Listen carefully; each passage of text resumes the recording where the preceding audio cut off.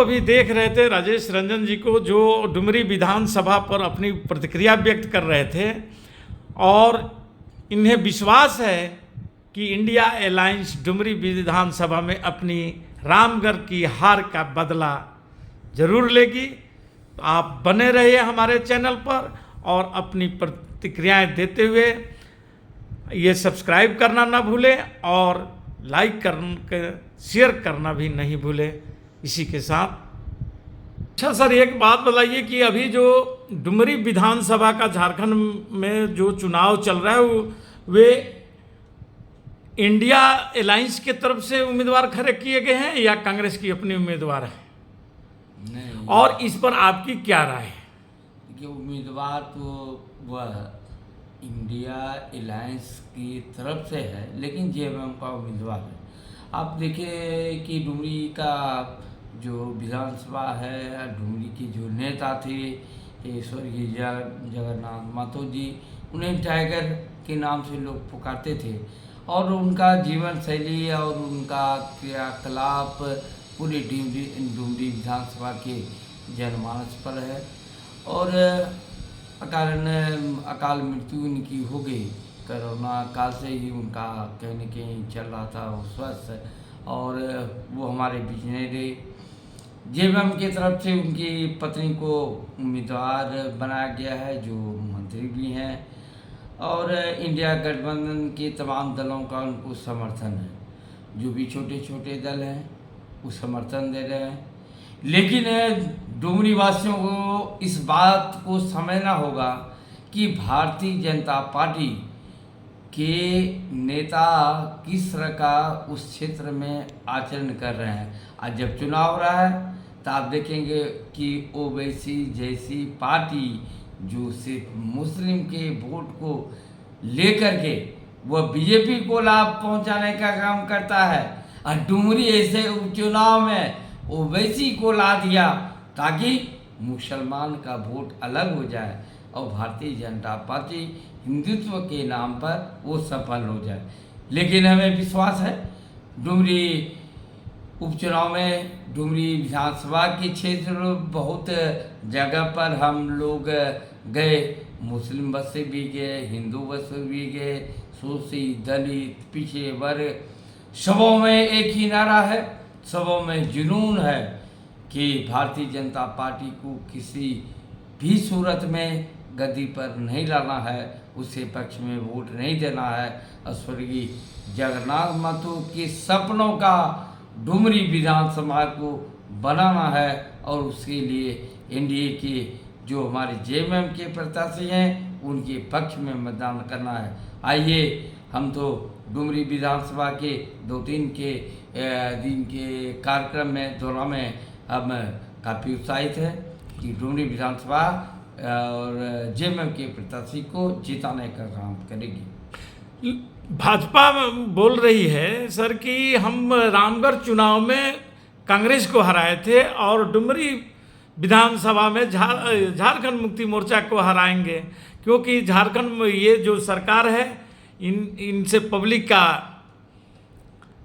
शोषण कर रही है। पब्लिक ये झारखंड सरकार के ये जो इंडिया का अलायंस का जो सरकार है उस पर लोगों का विश्वास नहीं है, इसलिए लोग भाजपा की तरफ मुड़ रहे हैं। इस पर आपकी क्या प्रतिक्रिया? देखिए, रामगढ़ विधानसभा उपचुनाव में जो हमारी ममता मरी थी और वह जेल जाने के बाद उस पर वह भी क्या सरकार में बाधा आंदोलन की थी, और ये जो चंद्रप्रकाश चौधरी जी थे उन्हीं लोगों के आंसू और बीजेपी के लोगों ने किस किया था।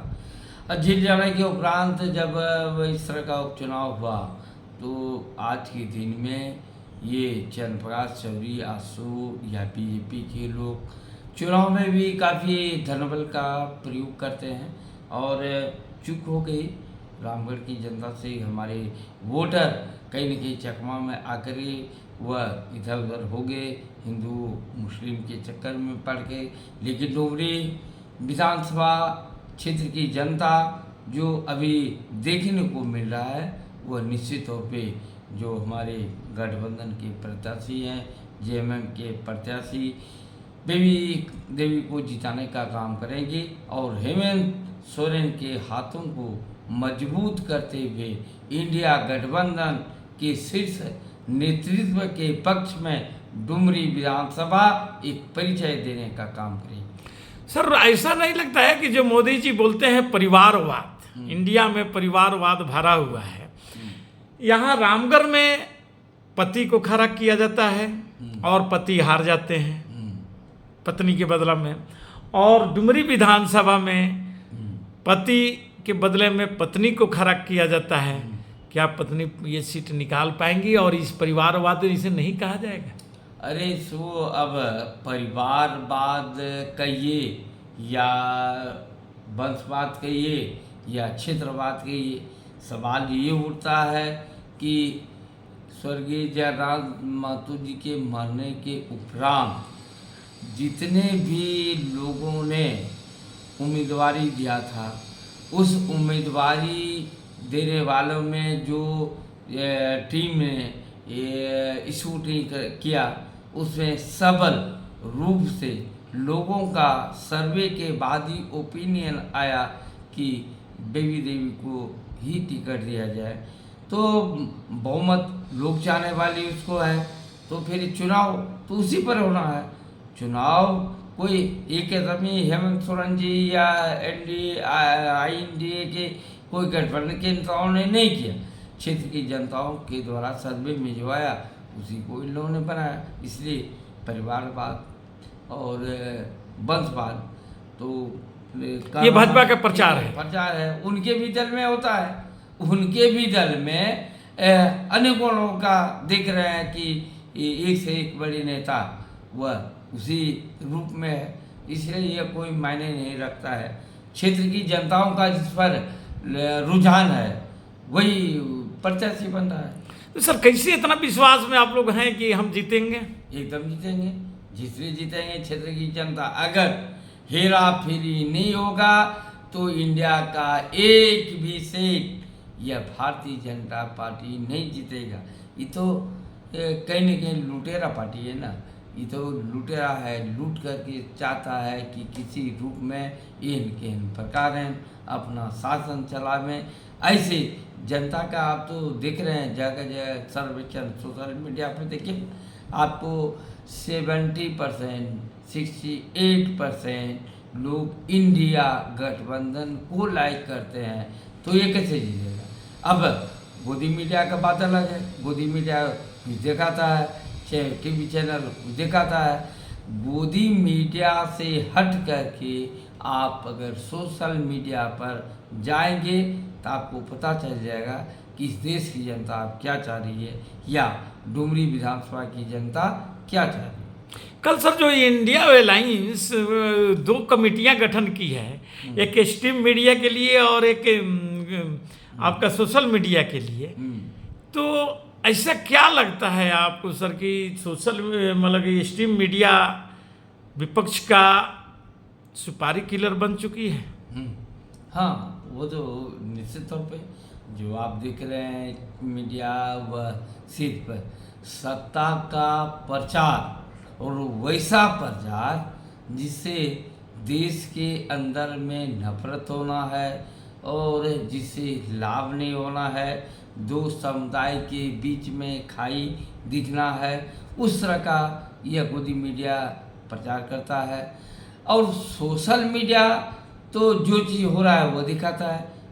हम आपके माध्यम से जितना बात बोल रहे हैं आप इसे छोड़ेंगे, हम देखेंगे, लोग देखेगा, चाहने वाले, सुनने वाले और समझने वाले उसके अनुसार काम करें। यह संभव क्या गोदी मीडिया कर सकता है? गांव के बहुत लोगों के द्वारा वोटिंग किया जाता है, जो गांव का लोग करता है वही होता है, और उन लोगों को गोदी मीडिया नहीं दिखाता है। लेकिन आप देखेंगे कि सोशल मीडिया के जरिए ये सारा पर्दाफाश होता है कि गांव के लोग क्या चाहते हैं, गांव के लोग किसको मतदान कर रहे हैं।